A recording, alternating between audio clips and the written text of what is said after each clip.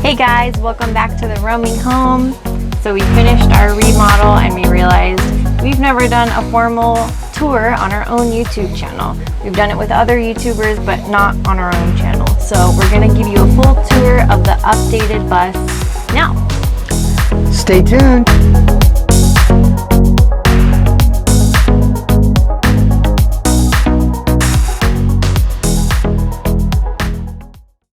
All right, so this is our kitchen area.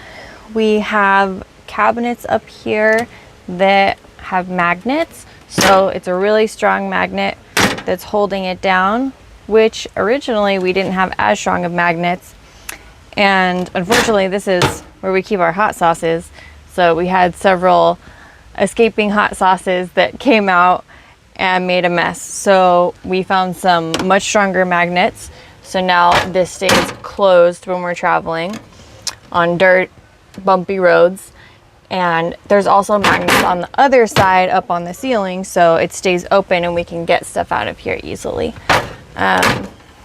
We have our spice rack right here, have a 2-burner stove. Sometimes it's a little crowded, but for the most part, it's good enough for us. We have our sink here. This is actually the sink from our original van, Lemon Winks, that we started out in. It's pretty teeny, which can be a bit of a struggle sometimes, but it also keeps us on our toes, make sure that we actually keep on all of our dishes. Over here we have our soda stream because we have a bubbly water addiction. We have an Instapot. So we have an XL hot water heater. Originally we had a Camp Lux and it died within the first year. So we've had much better luck with this XL water heater. So we've got our Max Air fan right here. We put it right over the stove, which is super essential living in such a tiny space. When we're cooking, being able to get out the smoky air is really helpful, and the Max Air fan is just super essential in general for temperature regulation in the bus. We usually have it blowing the air out and then have the windows open so that keeps the air circulating, keeps it from getting too hot in here. So here we have our refrigerator. We upgraded. Previously we had a slightly smaller refrigerator. It was more of the RV style, which we liked because it was able to be powered by propane, AC or DC, and we used propane to fuel it because sometimes having enough sun to power our battery and electricity was a little unstable when we were traveling, whereas propane was more reliable. So that's what we did before, but now we have a little more beefy of a solar system, and this thing really doesn't use very much energy. The countertop we also got used from Urban Ore in Oakland. It was just in 2 pieces, so it was cheaper, but that was perfect for us because we were already going to cut it for the stovetop. And then we just stained it with an ebony stain. Another one of the big changes that we just did with the renovation was new floors. Before we had vinyl click together flooring, and it buckled and water was able to get in between the cracks, which caused a lot of the mold issues that you saw in some of our previous episodes. So we ended up getting this bamboo flooring and we glued it down, and the glue is waterproof, so we don't have to worry so much about that happening again. So back here under our bed we have some additional storage which we can access this way. That's like camping stuff, outdoor stuff. And we've got Luna's crate right here. That's her room area to have all to herself since she was a puppy. Right here we have our wood storage for our wood stove up here, and on the wood we have some storage for accessories. Up here, then this is our seating area, our new bench area, which was one of the big additions with our renovation. So before we had just our couch, which was a pull-out couch, and we just had duffel bags that we kept our clothes in, and we just slid them under the couch, which worked okay, but we couldn't fit a whole lot in there. This was a little lower down. So we put this higher up and we put proper drawers. So now we have a huge drawer for all of our clothes. I have one right here and Nate has one on the other side, which has just been a huge game changer, just having one more storage, but also each having an area that's specifically dedicated to us, is really nice. When you share a space that's this small, it's nice to have a space that you feel like is yours. And then we have these little locks that we just flip over, and then it keeps them locked while we're driving. This is our wood stove that we got from Cubic Mini. It's the Grizzly, which is not the smallest, but like one up from the smallest. And it does a great job of heating up our space. We previously used a Mr. Buddy heater, which is propane fueled, to heat up the space, which worked okay, but it created a lot of condensation and moisture. And living in a small space, there's just a lot of concern about mold. So we decided to go for something that would be a dry heat. Last year, during COVID, we were stationary for a year and a half, living on a property that had abundant wood. So we figured using wood as our fuel source for heat also made more sense sustainability wise. So we got the wood stove, and that has been working out great. When we travel, we have these hooks right here, and we just ratchet strap it down, and that keeps it safe. These are Talavera tiles that we got off of Etsy, and installed ourselves to create the hearth. We also spaced it out according to the tiny wood stove instructions on how to space it out to make sure that this was a fireproof hearth. So we have the cement board, and then space, and then the next wall.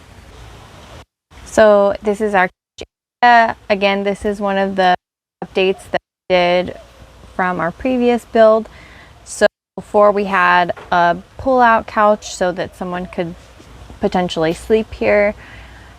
We didn't use it that often. We did use it a few times, mostly for my mom.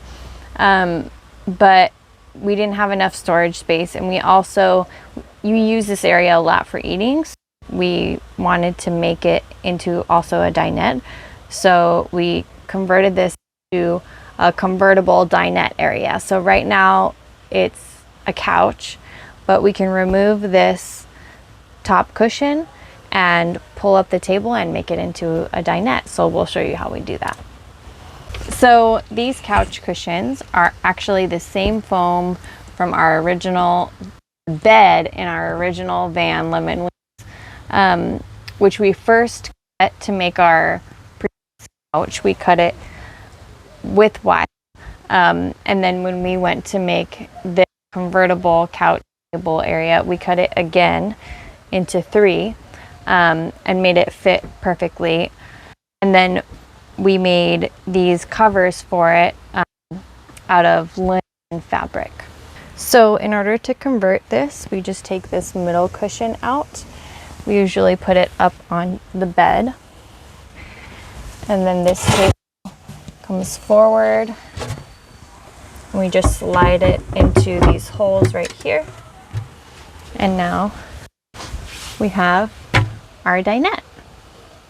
And there's lots of different levels, so if we want to have it, we could do. Put it back down. It's super simple. Just pull it out, set it down, and slide it back.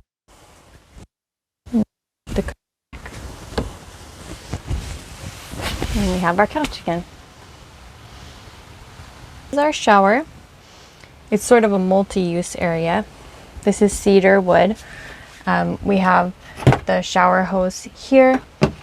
We have our on-demand hot water heater that we pointed out before, so we have hot water. We have a trough basin on the bottom that Nate and his dad cut and then welded a plate onto the back to make into this bottom. We have a cassette toilet that we're using right now. We've used a lot of different toilet configurations depending on what we're doing. So the first time we were traveling, we used a composting toilet, but we just DIY'd our own composting toilet. So it was basically a bucket that we put peat moss into. We find that when we're traveling and we're moving a lot, we tend to use public restrooms as much as possible. So the cassette toilet is kind of easy. It's kind of a in case of emergency thing, but for the most part, right now we're moving a lot, and so we're using more public restrooms. When we were stationary for the last year and a half, we also used a composting toilet, but we had it outside. We had a spot for it, and this was just the shower. So when we're in travel mode, we also have a dowel that we can put up here, and then we can hang coats to have additional storage. So we have our bed here, which is in the far back of the bus. Because our bus was a wheelchair bus, we have two doors here. So we have this back door, and we also have this side door that opens. So when we're at the beach, it can feel really open back here, which is really awesome. We also have some additional storage over here. Above us is the original air conditioner from the bus. It does work not great, and it uses a lot of fuel, so we very rarely use it, but on the occasion where it's really, really hot and we have to leave Luna in here, or we're just near heat stroke, we have turned it on and it has been helpful. But we are thinking about maybe taking it out. We'll see. So our roof is shiplap that we stained, and Nate's dad helped us align everything perfectly so that we got it just right. Back here we have curtains that are canvas, and we just have loops that keep them up. They're actually pockets, so there's Velcro on the top that keeps it closed, and then on the inside is Reflectix. So the reasoning behind that is that these big windows back here are really nice, but they're also an area where we either lose a lot of heat or get a lot of heat. So having those has actually been a huge help with temperature regulation in this part of the bus. All right, so let's go to the deck.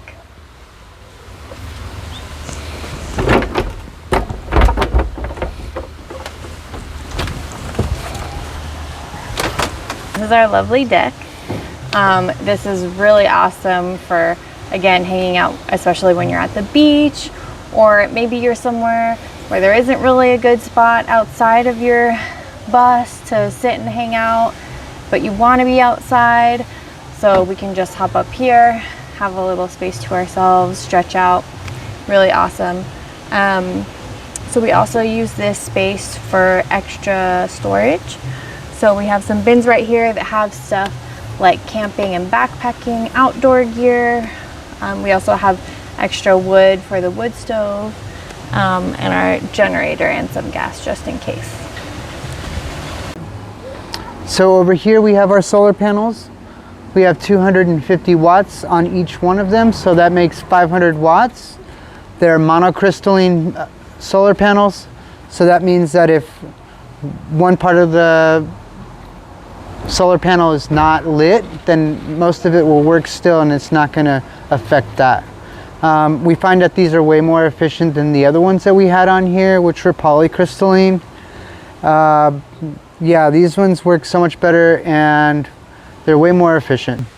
The engine of the truck here is a 2002 E450. It's a 7.3 Power Stroke.